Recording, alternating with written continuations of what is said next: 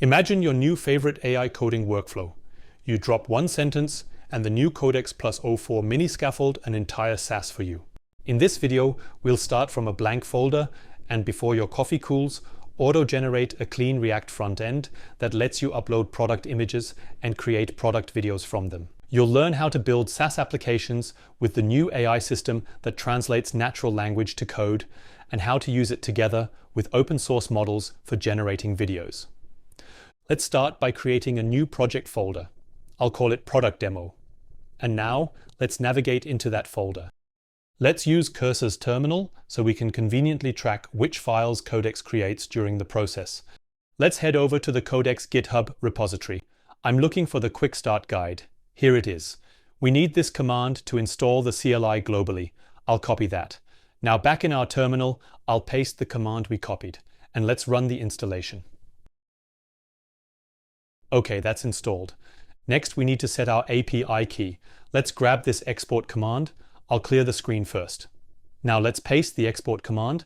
I need to replace this placeholder with my actual API key. Now we can run the Codex CLI itself by just typing Codex. We get a warning about running it outside a Git repo.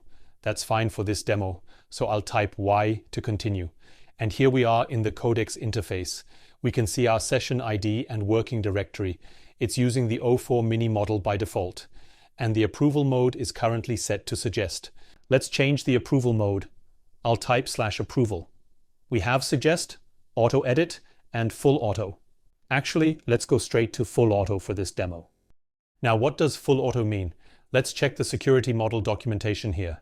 In suggest mode, it can read files, but needs approval for patches and shell commands. Auto edit allows reading and applying patches, but still needs approval for shell commands. And full auto, which we just selected, allows reading, writing, and executing shell commands, though network is disabled, and it's limited to our working directory. Okay, back in the terminal, we are in full auto mode. Let's give it a task. First, I will give you some context for the planned task. Let's go to replicate. Here it is, the standard version of the Kling video model. We can see an example here. It takes an input image and a prompt and generates a video output. Okay, let's prepare some context files for Codex.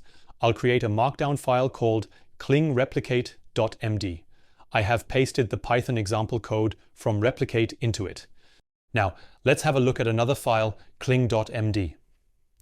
I've prepared a summary guide about Kling's features into this one. This gives an overview of Kling's functions, like text to video, etc. Check the links below for all files. Let's ask Codex. Explain what a good prompt is based on kling.md. It starts thinking, reads the kling.md file we created.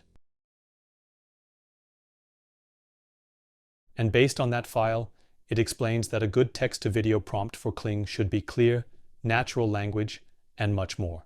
It even gives comparisons. Now let's ask it to do something more complex.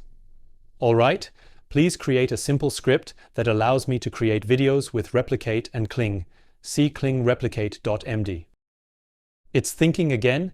It reads the klingreplicate.md file for the replicate API example, checks the files in the directory. And finally, it gives us the script, explains the key points, like required packages, API token environment variable, CLI flags, etc., and provides an example usage. Okay, let's run this. I'll open a new terminal tab. First, we need to install the Python packages it mentioned. Done. Let's clear the screen. Now, I need to set the replicate API key. Now let's go back to the Codex output. I'll copy this example command it provided and switch to the terminal where we set the API key. Let's paste the command here and run it. We can see it's running the Kling standard model on replicate with our prompt. While that runs, let's quickly check some related info. As we can see, OpenAI O3 costs $10 per million tokens for input and a substantial $40 per million tokens for output. O4 Mini, on the other hand, offers a dramatically more affordable solution at just $1.10 per million tokens for input and $4.40 for output, making it an excellent choice for developers seeking to balance performance with cost effectiveness. The SWE bench chart shows accuracy percentages for software engineering tasks. These results demonstrate that O4 Mini performs nearly as well as the premium O3 model, while significantly outperforming both O1 and O3 Mini. Okay, let's check back on our script. It finished. It downloaded the result and saved the video to panda.mp4. Let's open the generated video file. And we have a nice cinematic video of a panda eating bamboo generated from our prompt. Very cool. That worked perfectly. Let's go back to the Codex terminal. All right, let's try one more thing, a more complex task. All right, please create a simple web app with React. Keep it simple, that allows to upload product images and create 360 spins. Okay, Codex is thinking about building a React web app now. It took another 10 minutes to finish the web app. Codex first created a static prototype, but with a little guidance, it was able to build the complete React app. And here's the result of that request after letting Codex work. We have a simple React web app titled Kling Video Generator. Let's try it. I'll upload an image. For the prompt, I'll just type 360 spin. Let's click Generate Video. It shows its processing, which might take a while. And here's the result. Let's play the generated video. We can see the watch doing a smooth 360-degree spin generated from the single image we uploaded.